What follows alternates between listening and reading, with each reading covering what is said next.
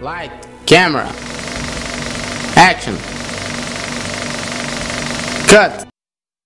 Eu queria muito que esse documentário não fosse necessário, mas ele é mesmo indispensável. Acho que todas as pessoas têm o direito de saber o que se esconde por trás desse hábito aparentemente inocente de comer carne. Pode parecer um ato banal, mas ele interfere diretamente na sua saúde, no nosso meio ambiente e no bem-estar dos animais. É isso que nós vamos mostrar nesse vídeo.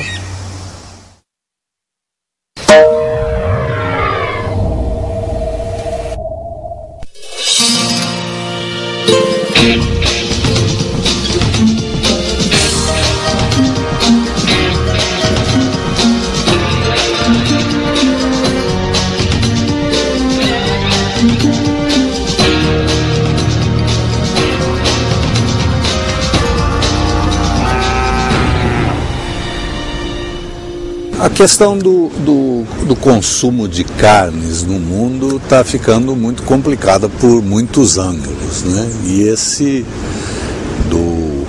das consequências sobre o meio ambiente é um deles. É uma atividade humana, agropecuária, que é considerada muito importante, em particular no estado de Santa Catarina.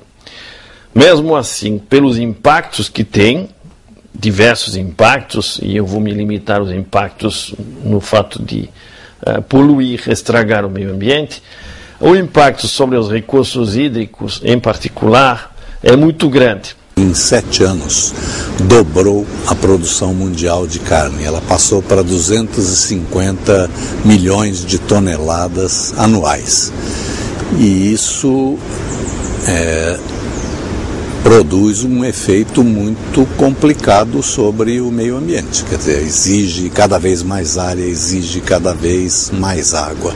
O consumo de carne hoje é o maior problema ambiental e social do planeta, ainda que a gente não leia dessa forma. Mas esse é o problema número 1 do planeta hoje. Se a gente quiser resolver o problema da camada de ozônio, o problema da fome no planeta, se a gente quiser resolver o problema da distribuição de renda, da concentração de renda, nós temos que trabalhar o consumo da carne, por mais absurdo que isso possa parecer. Em 50 anos, o rebanho bovino no mundo se multiplicou por 5, passou para 6 bilhões de cabeças. O rebanho de aves passou para 16 bilhões de animais. Santa Catarina, para se limitar à população deste estado, tem uma população humana em torno de 5 milhões de habitantes. Bom, a população suína do estado equivale a 45 milhões de habitantes. Nós vamos ter mais boi que gente no planeta. No Brasil nós estamos ali, quantidade de boi e de gente, né? Se a gente falar de porcos, galinhas, aí a coisa já passou faz muito tempo. Mas na pecuária na Amazônia hoje existem 35 milhões de cabeças de gado na Amazônia e existem 22 milhões de habitantes, né? Neste momento mesmo está em discussão a questão do avanço da fronteira agropecuária na Amazônia. Está muito claro uma coisa: a pecuária foi a principal responsável pelo desmatamento da Mata Atlântica, foi a principal responsável pelo desmatamento da Caatinga e foi o principal fator de desmatamento do Cerrado e agora da Amazônia. Ainda uma outra consequência é a de infiltração nos lençóis freáticos e nos aquíferos subterrâneos dos medicamentos e dos hormônios que têm sido usados com as criações. Isso está se tornando um problema muito grave. A população de suínos é o equivalente a 45 milhões de humanos, pelas dejeições que são 7, 8 vezes o que produz um humano por dia. Isso vai para onde? Vai para pequenos açudes, ou hoje em dia algumas esterqueiras, e eu digo algumas porque apesar de diversos programas não tem um tratamento conveniente, então vai para recursos hídricos, para diluição, para diversas disposições finais que não são convenientes. Chegam ao mar 100 milhões de toneladas de nutrientes por ano. E isso está provocando uma disseminação descontrolada de algas que no processo de decadência, de degenerescência e no que afundam, elas também têm graves efeitos sobre a biodiversidade. Em Santa Catarina, os rios estão poluídos a mais de 90%. Os últimos rios classe 1 no estado estão disputados por algumas empresas que, depois de instaladas, exigem uma espécie de monopólio da água por causa da qualidade e elas não deixam de poluir. Então a água doce do planeta está sendo comprometida pela pecuária, basicamente. Fora o que o boi, em termos do que ele tem de estrume, né, fora do que ele coloca de dejetos que podem ter bactérias e vírus na água do consumo humano, né, sem falar e de outros animais, né. Hoje em dia, no mundo inteiro, você tem em torno de 10 mil pessoas que morrem por causa de doenças veiculadas pela água. E produzir 1 quilo de carne de carne de boi exige 15 mil litros de água, segundo o relatório da Unesco para o Fórum Mundial da Água no ano passado. Enquanto isso, para produzir 1 quilo de cereal, se produz com 1.000 e poucos litros de água. Este quadro foi elaborado pela FAO, que é a Organização das Nações Unidas para a Alimentação e Agricultura. A FAO traz que um bode precisa de 8 litros por dia, uma galinha de 10 litros por dia, um peru de 20 litros, uma vaca leiteira de 40 litros. Por que isso? Porque considera o total da água necessária para completar o ciclo de criação desse produto. Você, quando exporta 1 quilo de frango, 1 quilo de carne suína, 1 quilo de milho, você está exportando a água que serviu para isso. Tem países que não podem mais se sustentar, não podem mais produzir os alimentos de sua população, simplesmente porque não tem água suficiente para isso. O desmatamento e as queimadas na Amazônia, que são em função desse avanço da fronteira agropecuária, já respondem pela emissão de 200 milhões de toneladas anuais de dióxido de carbono. Isso significa 2/3 das emissões brasileiras de gases que intensificam o efeito estufa. A gente só fala em CO2, né, dióxido de carbono, mas não é verdade. Tem os aerossóis, tem o metano, o CH4, né, e tem o CO2. No processo de digestão, o boi com os seus arrotos e as suas flatulências, né, ele gera metano. E o metano, embora tenha uma vida muito mais curta do que o dióxido de carbono, ele permanece menos tempo na atmosfera, ele é muito mais nocivo. Ele é 20 vezes, pelo menos, mais nocivo do que o próprio dióxido de carbono. Está proibido na Dinamarca, na Alemanha do Norte, ter essas instalações de produção de suíno, porque é impossível lidar com as consequências dessa poluição. Nas exportações, você até verifica um aumento da exportação de carne, porque, na verdade, outros mercados estão deixando de ser economicamente viáveis, porque é mais barato fazer carne no Brasil, porque os custos ambientais não são internalizados no custo da carne. O custo ambiental de desmatar a Amazônia não está dentro do preço da carne. O custo do solo que se esvai lá, que o boi pisa e joga para dentro do rio Amazonas, não está no preço da carne.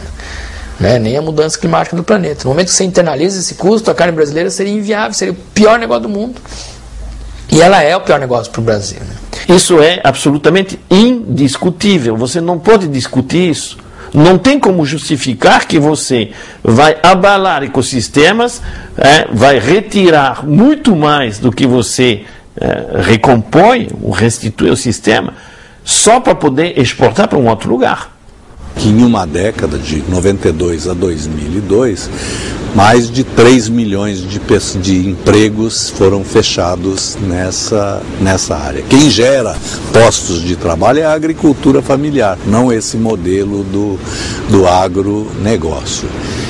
E, além de tudo, quem responde por 70% do abastecimento interno do Brasil, alimentar do Brasil, é a agricultura familiar e não o agronegócio. O agronegócio é para exportação. Então os países exportadores, e o Brasil aí está se destacando muito, estão exportando soja, e principalmente a soja, que é o produto mais, o carro-chefe dessa equação, né? Basicamente para alimentação animal. Daqui a pouco vai ser impossível, não há terra suficiente para produzir essa quantidade de grãos.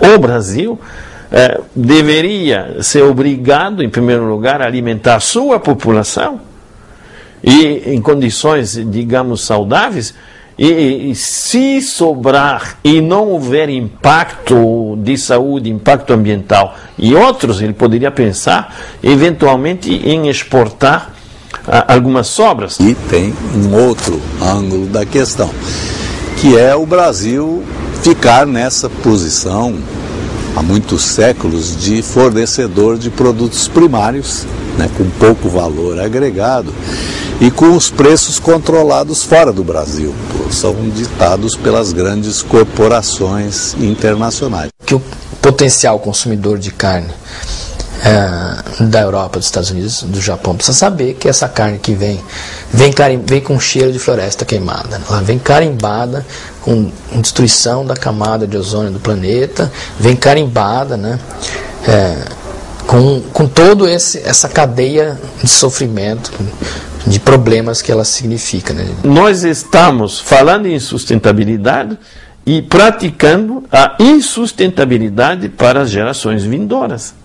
Os relatórios da ONU dizem que se todas as pessoas no mundo consumissem como norte-americanos, como europeus ou como japoneses, nós precisaríamos de mais 2 ou 3 planetas como a Terra para produzir para eles. A questão não é apenas brasileira, já que outros países são grandes produtores de todos os tipos de carnes, bovina, suína, avícola e caprino, se você quiser. Tem gente que consome carne de cavalo. Essa carne só alimenta 10% da humanidade, 20%, eu não tenho a conta precisa, mas é uma quantidade pequena.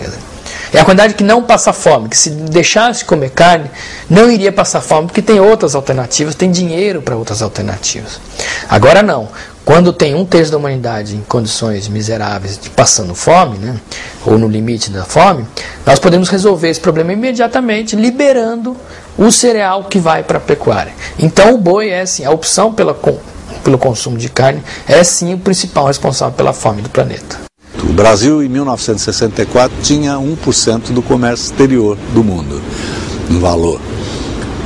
40 anos depois, com todos os subsídios e incentivos e todo esse crescimento, ele continua tendo 1% do comércio exterior do mundo, porque os preços são controlados lá fora. Se a gente tivesse hoje a mesma área de pecuária da Amazônia com agricultura, nós estaríamos gerando 20 vezes mais empregos, né?